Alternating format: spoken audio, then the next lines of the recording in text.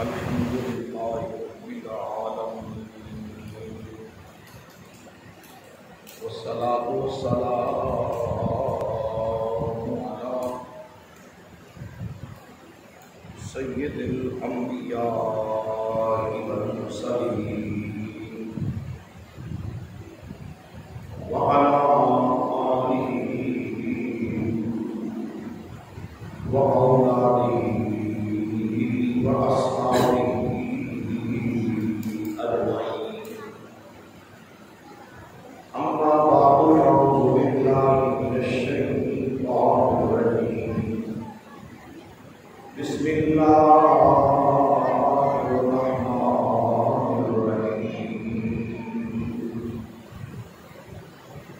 قل إن صلاتي ونسكي ومحياي ومماتي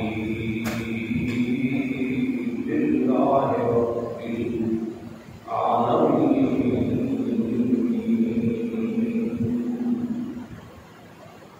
إن الله وملائكته يصلون على النبي يا أيها الذين آمنوا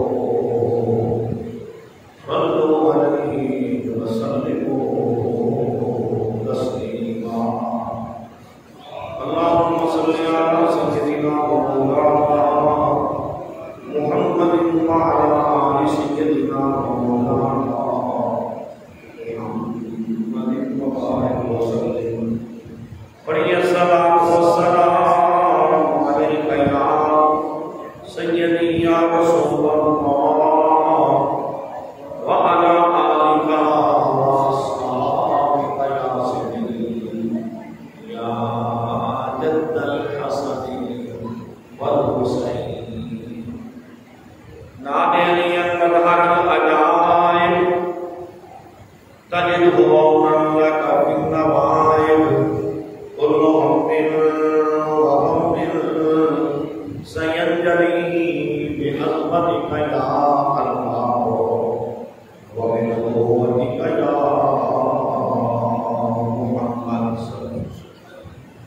وبولايتك يا علي يا علي يا علي أدركني في سبيل الله. إمدادكم إمدادكم الرجل أعلادكم تبين يا شادكم يا موسى نصري.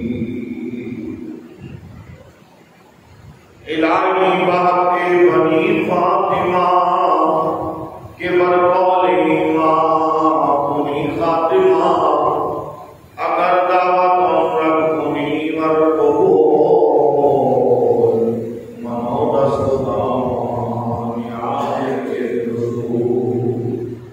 نہایت کی واجب الاحترام سامعین کرام، اللہ رب العزت کا خاص لطف و احسان ہے جس کی توفیق خاص سے آپ اور میں جمعہ المبارک کی بابرکت نماز کے لیے اللہ کے گھر میں جمع ہے. دعا ہے کہ رب الجلال ہماری حاضری کو اپنی بارگاہ کے اندر قبول فرمائے. مجھے خالق کائنات حق بیان کرنے کی توفیق عطا فرمائے اور ہم سب کو حق پر عمل کرنے کی توفیق عطا فرمائے. سورہ انعام اس کی ایک آیت میں نے سرنامہ کلام کے طور پر تلاوت کرنے کا شرف حاصل کیا جس میں خالق کے کائنات نے ارشاد فرمایا، قل اے محبوب آپ کہہ دیں، آپ فرما دیں، آپ اعلان کر دیں ان صلاتی کہ میری نماز و نسکی اور میری قربانی و محیایا اور میری زندگی و مماتی اور میری موت للہ اللہ کے لیے ہے رب العالمین جو سارے جہانوں کا رب ہے۔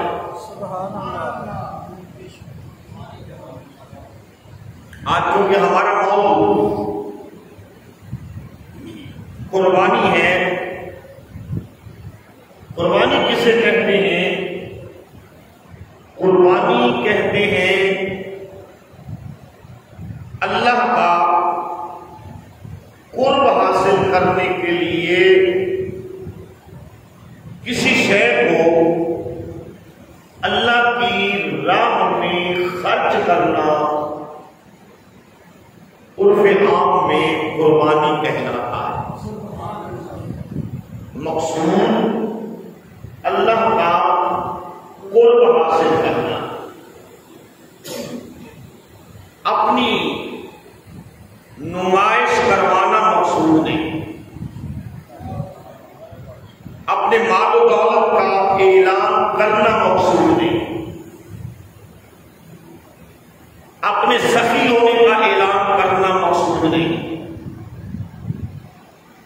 قربانی کا جو لغوی معنی ہے وہ اللہ کی رضا کے لیے، اللہ کا قرب حاصل کرنے کے لیے اپنی پیاری چیز اللہ کی راہ میں خرچ کر دینا قربانی کہلاتا ہے۔ یہ قربانی کا لغوی معنی ہے، مگر جو قربانی کا شرعی معنی ہے، جسے عرفی معنی کہیں گے، عرف عام میں قربانی جسے کہتے ہیں، شریعت مستقلی میں قربانی جسے کہا جاتا ہے وہ یہ ہے کہ 10ویں ذی الحج کو سنت ابراہیمی کے مطابق عمل کرتے ہوئے قربانی کے مخصوص جانور جو قربانی کے لیے خاص کر دیے گئے ہیں ان کو سنت ابراہیمی پر عمل کرتے ہوئے 10 ذی الحجہ کی تاریخ کو ذبح کر دینا قربانی کہلاتا ہے۔ کیا کہلاتا ہے؟ قربانی کہلاتا ہے۔ اور یہ حکم اللہ رب العزت نے اپنے پیارے حبیب تاجدار مدینہ صلی اللہ علیہ وآلہ وسلم کو اور حضور تاجدار مدینہ صلی اللہ علیہ وآلہ وسلم کے توسل سے، وسیلہ سے، ذریعہ سے حضور صلی اللہ علیہ وآلہ وسلم کی پوری امت کو اس سنت ابراہیمی پر عمل کرنے کا حکم دیا، جو صاحب نصاب ہوگا۔ بات کی سمجھا؟ جو قربانی کی حیثیت رکھتا ہو۔ امام الانبیاء تاجدار مدینہ صلی اللہ علیہ وآلہ وسلم کو اللہ رب العزت نے سورہ کوثر کی ان آیات میں حکم دیا، فرمایا فَصَلِّ لِرَبِّكَ وَانْحَرْ، اے محبوب اپنے رب کے لیے نماز پڑھ، وَانْحَرْ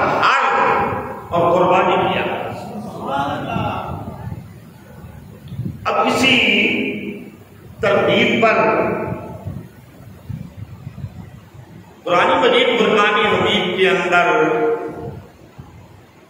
پہلے نماز پڑھنے کا حکم دیا گیا ہے، پھر قربانی کرنے کا حکم دیا گیا۔ اب یہ کیسے ہو سکتا ہے کہ اللہ قرآن میں حکم اور کرے دے اور اللہ کا رسول عمل اور کرے یا اللہ حکم پہلے نماز پڑھنے کا دے، نبی کے اہل بیت پہلے نماز نہ پڑھے، پہلے قربانی کرے پھر نماز پڑھے، یہ ممکن نہیں ہے۔ عقل مندوں کے لیے اشارہ کافی ہوتا ہے۔ امام الانبیاء تاجدار مدینہ صلی اللہ علیہ وآلہ وسلم کا اسی حدیث اسی آیت پاک کی تشریح کرتے ہوئے ارشاد گرامی ہے۔ میرے آقا فرماتے ہیں جس نے قربانی ہمیں دیکھ کر کی، جیسے ہم نے کی اسی طرح ہم نے کی، اس نے کی، یعنی اس نے ہمارے ساتھ پہلے نماز پڑھی، پھر نماز پڑھنے کے بعد اس نے قربانی کی، اس کی قربانی ہو گئی، اس کو قربانی کا ثواب مل گیا، اور جس نے ہمارے خلاف عمل کیا، یعنی پہلے اس نے قربانی کر لی، پہلے اس نے جانور ذبح کیا، پھر اس نے نماز پڑھ لی، اس کو گوشت تو مل گیا، اس کو قربانی کا ثواب نہ ملا۔ یہ امام الانبیاء تاجدار مدینہ صلی اللہ علیہ وآلہ وسلم کا فرمان عالی شان۔ سو ہم جبھی مسلمان اسی پر عمل کرتے ہیں کہ اللہ رب العزت نے قرآن پاک کے اندر ارشاد فرمایا فَصَلِّ لِرَبِّكَ وَانْحَرْ، محبوب اپنے رب کے لیے نماز پڑھیں اور وانحر، اور اس کے لیے قربانی کریں۔ تو حضور صلی اللہ علیہ وسلم پہلے نماز پڑھتے اور پھر قربانی کرتے، تو جبھی مسلمان اب پہلے نماز پڑھتے ہیں اور پھر قربانی کرتے۔ یعنی اگر تم سے کوئی پوچھے کہ یہ تمہارا عمل کیسا ہے، تو آپ یہ برملا کہہ سکتے ہیں کہ یہ ہمارا عمل قرآن کے عین مطابق ہے کہ اللہ نے پہلے نماز پڑھنے کا حکم دیا ہے، نماز کے بعد اللہ نے قربانی کرنے کا حکم دیا۔ اگر براہ راست کسی کو اس آیت پاک کی سمجھ نہ چلے، پھر حدیث پاک کے اندر امام الانبیاء تاجدار مدینہ صلی اللہ علیہ وآلہ وسلم نے اس کی وضاحت فرما دی۔ اور قربانی کا فلسفہ کیا ہے؟ وہ یہ ہے کہ اللہ کو راضی کرے۔ فرمایا گیا نہ تمہارا گوشت اللہ کے پاس پہنچتا ہے، نہ تمہارا خون اللہ کے پاس پہنچتا ہے، وہ جو تم خون بہاتے ہو اس وقت جتنی اس عمل کے اندر تمہاری محبت ہوتی ہے، جتنا تمہارا خلوص ہوتا ہے اور جتنا تمہارا تقویٰ ہوتا ہے، وہ رب کے ہاں پہنچتا ہے۔ بات کی سمجھ ہے؟ اور قربانی جو ہے اس میں دکھلاوا ہے ہی نہیں۔ قربانی میں کیا ہے؟ دکھلاوا ہے ہی نہیں۔ اور جس کی قربانی کے اندر بلکہ کسی کام کے اندر بھی دکھلاوا آ گیا، میرے آقا امام الانبیاء تاجدار مدینہ صلی اللہ علیہ وآلہ وسلم ارشاد فرماتے ہیں انما الاعمال بالنیات، عمل کا دار و مدار نیت پر ہے۔ اگر نیت ہی یہ تھی کہ میں جو بکرا لے آیا ہوں، میں جو گائے لے آیا ہوں، میں جو بھینسا لے آیا ہوں، میں جو اونٹ لے آیا ہوں، میرے دوستوں قیمت پوچھیں گے میں بڑھ کر کے بتاؤں گا 50,000 کا لے آیا ہوں اور الحمدللہ میرا بکرا 35 کلو کا نکلا ہے. اگر یہ ذرہ برابر بھی خیال اور تصور آ گیا تو ساری قربانی ضائع ہو. بات کی سمجھ ہے؟ ساری قربانی ضائع ہو. جتنی اس کی فضیلت ہے اور اتنا اس کے اندر ناشائستہ کوئی تم نے سوچ لی یا تمہارا کوئی گمان آ گیا یا ایسا خیال آ گیا جس میں تمہاری بڑھائی اور چڑھائی درمیان میں مخل ہو گئی تو پھر یہ قربانی جیسی عظیم نیکی کا ثواب بھی ضائع ہو جائے. میرے آقا امام الانبیاء تاجدار مدینہ صلی اللہ علیہ وآلہ وسلم کا فرمان عالی شان حضرت زید بن ارقم رضی اللہ تعالی عنہ بیان کرتے ہیں. وہ کہتے ہیں کہ امام الانبیاء تاجدار مدینہ صلی اللہ علیہ وآلہ وسلم سے حضور کے صحابہ نے پوچھا. سمجھ آ رہی ہے نا؟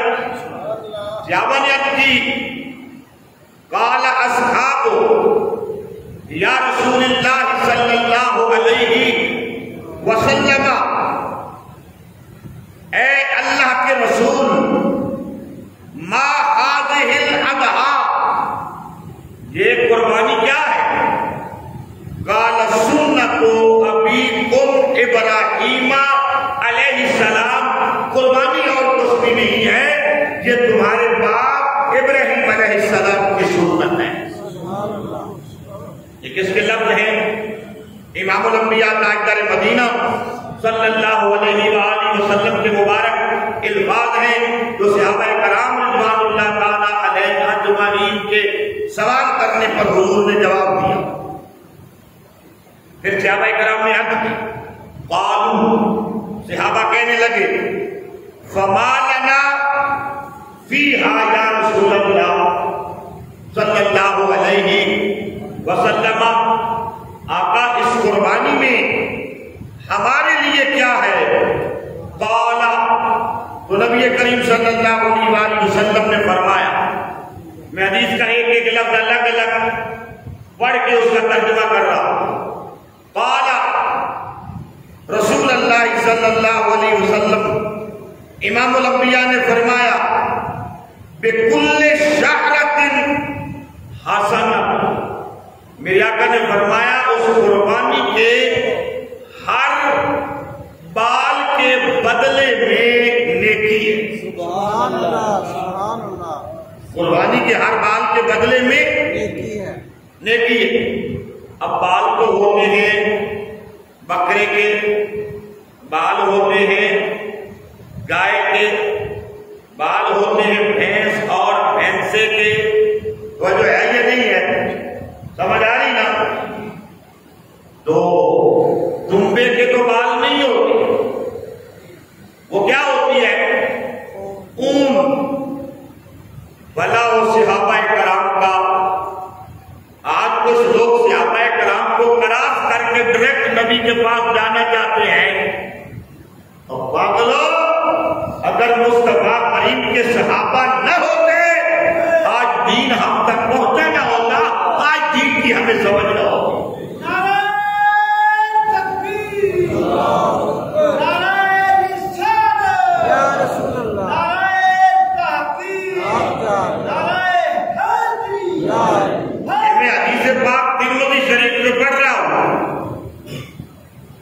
صحابہ کرام رضوان اللہ تعالی علیہ اجمعین نے اگلا سوال کیا قالوا فالصوف یا رسول اللہ.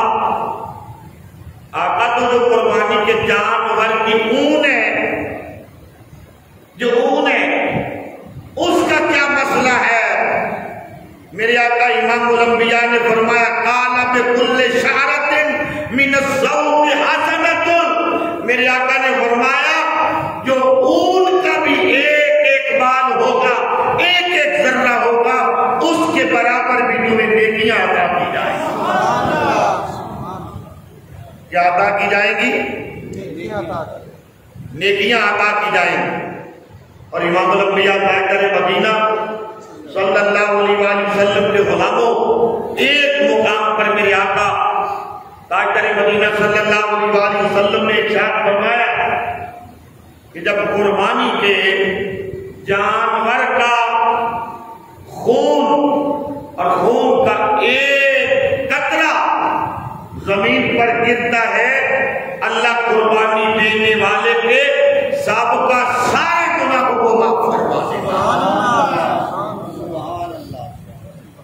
وجہ ہے یہ نہیں، جس طرح قربانی دینے کی فضیلت ہے، اسی طرح وہ شخص جو طاقت رکھتا ہو اور وہ نہ دے، اس کے لیے میرے آقا امام الانبیاء تاجدار مدینہ صلی اللہ علیہ وآلہ وسلم نے تنبیہ بھی فرمائی۔ میرے آقا نے جھٹکا ہے، جھڑکی دی ہے۔ تنبیہ کا معنی جھڑکی دینا۔ کیا؟ امام الانبیاء نے فرمایا جو طاقت رکھتا ہو اور وہ قربانی نہ کرے، خبردار وہ ہماری عیدگاہ کی طرف نہ آئے۔ یہ تنبیہاً کہا ہے، ایک ہے مطلقاً منع کرنا، ایک ہے تنبیہاً کہنا۔ یہ مت سمجھے کہ اب تو حضور کا فرمان آ گیا، میرے آقا نے فرمایا وہ عیدگاہ کی طرف بھی نہ آئے تو وہ عید بھی نہ پڑے۔ علماء نے اس پر وضاحت کی ہے، یہ میرے نبی نے تنبیہاً خبردار کیا ہے کہ وہ شخص اتنا کمزور ایمان ہے کہ اللہ نے اسے رزق بھی دیا، مال و اسباب بھی دیے، اور اس کو موقع بھی دیا کہ وہ قربانی کر کے اللہ کا قرب بھی حاصل کر لے اور اپنے سابقہ گناہ بھی معاف کروا لے، مگر اس نے ایسا نہیں کیا۔ یہ فرمانا کہ وہ ہماری عیدگاہ کی طرف نہ آئے، یہ تنبیہ کی ہے۔ عید پڑھنے سے میرے نبی نے منع نہیں کیا۔ بات کی سمجھ آ گئی ہے نا؟ میرے آقا امام الانبیاء تاجدار مدینہ صلی اللہ علیہ وآلہ وسلم کے غلاموں، اگلا حصہ جو میں نے عرض کیا کہ قربانی ہے کیا، جو حضور کے غلاموں نے، جو حضور کے صحابہ نے نبی کریم رؤوف الرحیم تاجدار مدینہ صلی اللہ علیہ وآلہ وسلم سے سوال کیا، آقا یہ قربانی کیا ہے؟ تو میرے آقا نے فرمایا سنت ابیکم ابراہیم، یہ تمہارے باپ ابراہیم علیہ السلام کی سنت ہے۔ اب یہ سنت کیسے بنی؟ آئیے اب قرآن مجید فرقان حمید سے دیکھتے۔ حضرت ابراہیم علیہ السلام اللہ کے وہ جلیل القدر نبی ہیں جن پر نبوت بھی ناز کرتی ہے، اور خود میرے نبی ناز کرتے، خود میرے نبی ناز کرتے۔ توجہ ہے یہ نہیں ہے؟ یہ وہ اللہ کے نبی، یہ وہ اللہ کے نبی ہیں جن پر نبوت بھی ناز کرے، میرے آقا امام الانبیاء بھی ناز کرے۔ وجہ ہے یہ نہیں ہے؟ حضرت ابراہیم علیہ السلام کو جوانی میں، شباب میں کتنے امتحانات دینے پڑے، آپ نے پچھلے کئی جمعوں سے اس کو سماعت فرمایا۔ عمر کے آخری حصے میں اللہ رب العزت نے ایک بیٹا حضرت سائرہ سے دیا، ایک بیٹا حضرت ہاجرہ سے دیا۔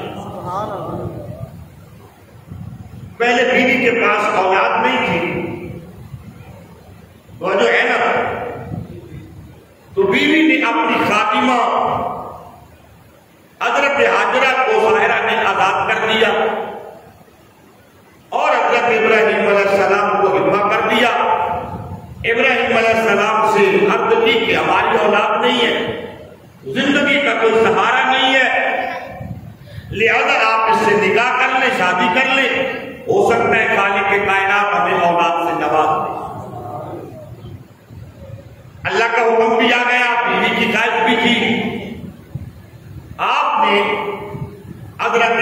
سے نکاح کری. جب نکاح کیا اگلے ہی سال خالق کائنات نے حضرت ہاجرہ کے بدن سے آپ کو اسماعیل علیہ السلام عطا. اسماعیل علیہ السلام مل گئے, دروازے کے اندر کھڑے تھے اسی خوشی میں کہ اللہ کے 4 فرشتے اکٹھے ہو کے آئے. کہا پیارے ابراہیم تمہیں سلام ہو, خالق کائنات تجھے سائرہ سے بیٹا عطا فرمائے گا, اس کا نام اسحاق رکھ لے. بات کی سمجھ آئی؟ حضرت سائرہ کہنے لگی یہ کیا بات سن رہے ہیں, ہم تو بوڑھی ہو گئے ہیں, یہ کیسے ہو سکتا ہے؟ پیارے ابراہیم علیہ السلام نے فرمایا یہ اللہ کی مرضی. خالق نے حضرت سائرہ سے بھی بیٹا دے دیا. اب فطرتاً عورت کے دل میں دماغ میں ایک بات ہوتی ہے کہ وہ دوسری عورت کو برداشت بہت کم کرتی ہے, یہ ایک فطرتی تقاضا ہے. حضرت سائرہ پسند نہ کرے. حضرت سائرہ آپ کے چچا کی بیٹی تھی. کس کی بیٹی تھی؟ حضرت ابراہیم علیہ السلام کی چچا کی بیٹی. پسند نہ کرے, چچا کی بیٹی بھی تھی, جو ہے یہ نہیں ہے. اور وہ حضرت سائرہ کی خادمہ کی قمیض تھی جو شاید مصر میں اس وقت تھی. جب ہر علاقے سے جناب سائرہ کی طرف دیکھا, اپنے محل میں ابھی دیکھا ہی تھا کہ پورا جسم فالج پیدا ہو گیا. یہ واقعہ آپ نے علماء سے سنا ہوگا. توبہ کی دوسری مرتبہ پھر یوں ہی دیکھنا چاہا تو پورا جسم پھر فالج پیدا ہو گیا. سچی پکی توبہ کی اور جناب ہاجرہ بطور خاتمہ بی بی کو آتا کی. اور یہاں پر تمام مفسرین ایک بات لکھتے ہیں, آپ کے بھی وہ لوگ جو نبی کی نگاہ کی وسعت کو نہیں سمجھتے, نبی کے علم کو نہیں سمجھتے, وہ کا مطلب آپ سمجھ گئے ہیں نا. توجہ ہے یہ نہیں ہے. پاک زبانوں پر بد عقیدہ لوگوں کا نام بھی نہیں لینا چاہیے.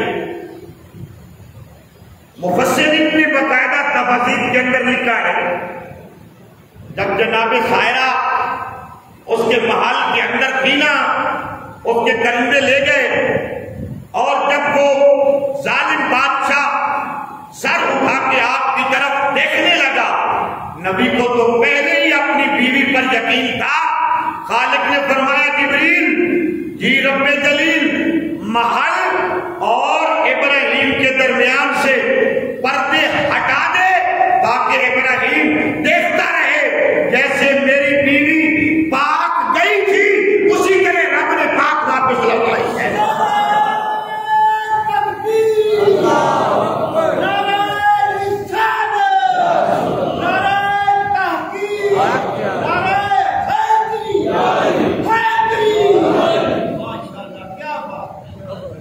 اب بھائی بد عقیدہ لوگوں سے دور رہا کرو,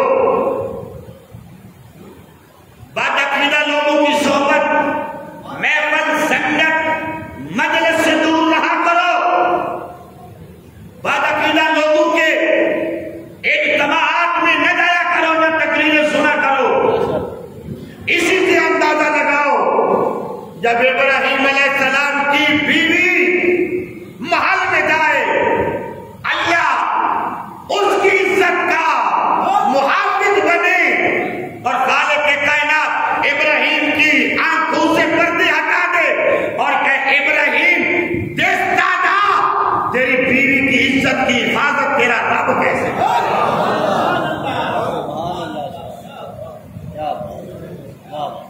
بغیر معاشرے کے اندر پیسہ بنانے والے اور بد زبان ملاؤں اور بد عقیدہ خطیبوں سے پوچھو, اگر ابراہیم کی بیوی کی عصمت کی حفاظت میرا خالق اس طرح کرتا ہے تو پھر ہماری امی جان عائشہ صدیقہ کی عزت کی حفاظت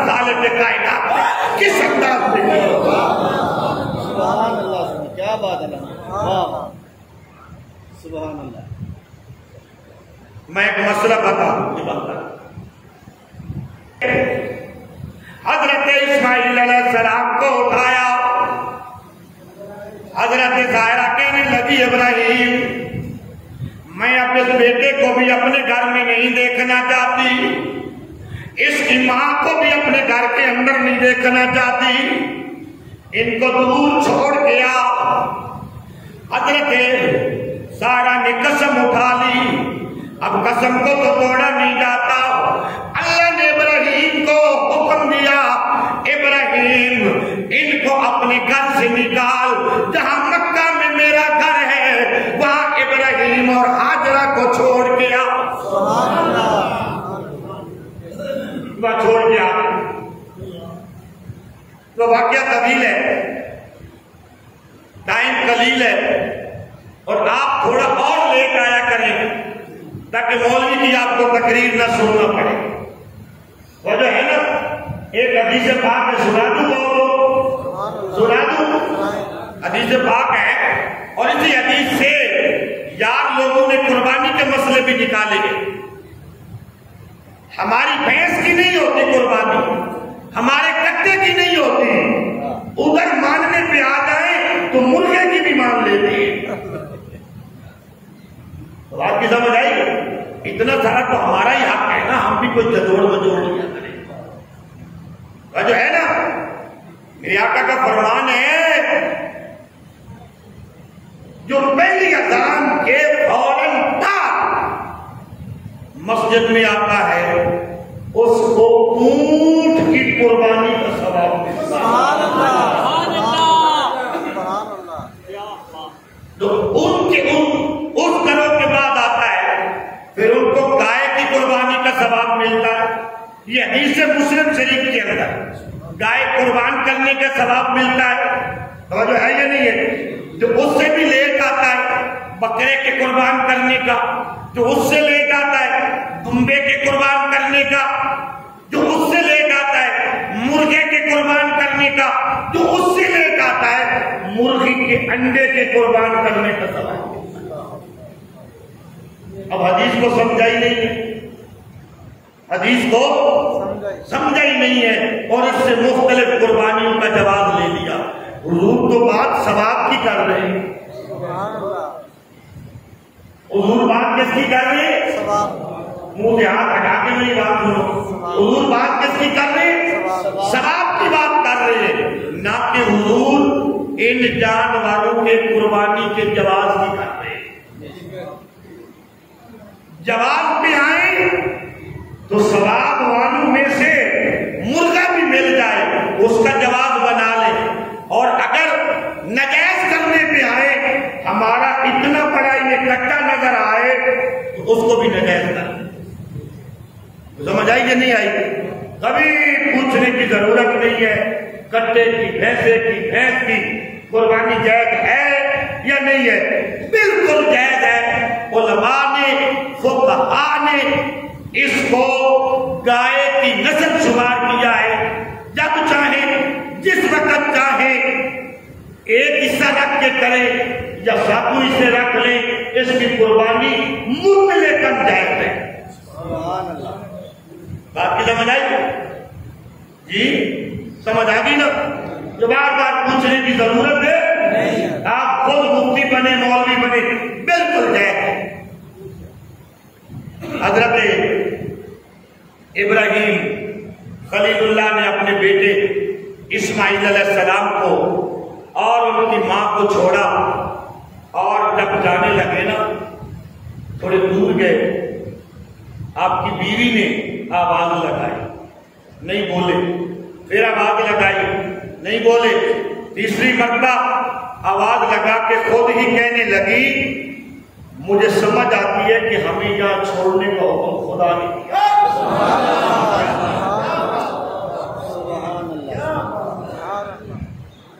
کہتے ہیں نا جیسا بندہ ہوتا ہے اللہ بیوی بھی ویسی عطا فرماتا ہے۔ اسی پہ میں مسئلہ عرض کرتا ہوں، حدیث پاک بلکہ قرآن ہے، کیا ہے؟ قرآن ہے کہ جیسا مرد ویسی بولے نا ویسی بیوی. حضرت سارہ کے لیے اور حضرت حاجرہ کے لیے علماء نے، محدثین نے، مفسرین نے لکھا ہے کہ حضرت ابراہیم علیہ السلام کی بیویوں کے اندر ایسی صفات موجود تھی، اگر خدا کا یہ قانون نہ ہوتا کہ صرف مرد نبی بن سکتا ہے، اگر یہ قانون نہ ہوتا تو اللہ سائرہ کو یا حاجرہ کو نبوت عطا فرماتا. ایسی صفات موجود تھی. اگر حضرت سائرہ کے اندر ایسی صفات موجود ہیں، ذرا آنکھیں کھول کے میری بات سنو نا، حضرت حاجرہ کے اندر ایسی صفات موجود ہیں، تو پھر حضرت عائشہ کے اندر کون سی صفات موجود ہیں؟ حضرت خدیجہ کے اندر کون سی صفات موجود ہیں؟ آپ کی سمجھ آئی؟ عقیدہ اپنا ہی اچھا، ابا اپنا ہی اچھا، توجہ ہے نا، فقہ کا امام اپنا ہی اچھا، توجہ ہے یا نہیں ہے، مصلی کا امام اپنا ہی اچھا. اس لیے ان قربانی کے دنوں میں یہ خیال رکھا کریں، اللہ اور اللہ کا رسول ہم سب کا حامی ہو، ناصر ہو، اور آپ جلدی آنے کی کوشش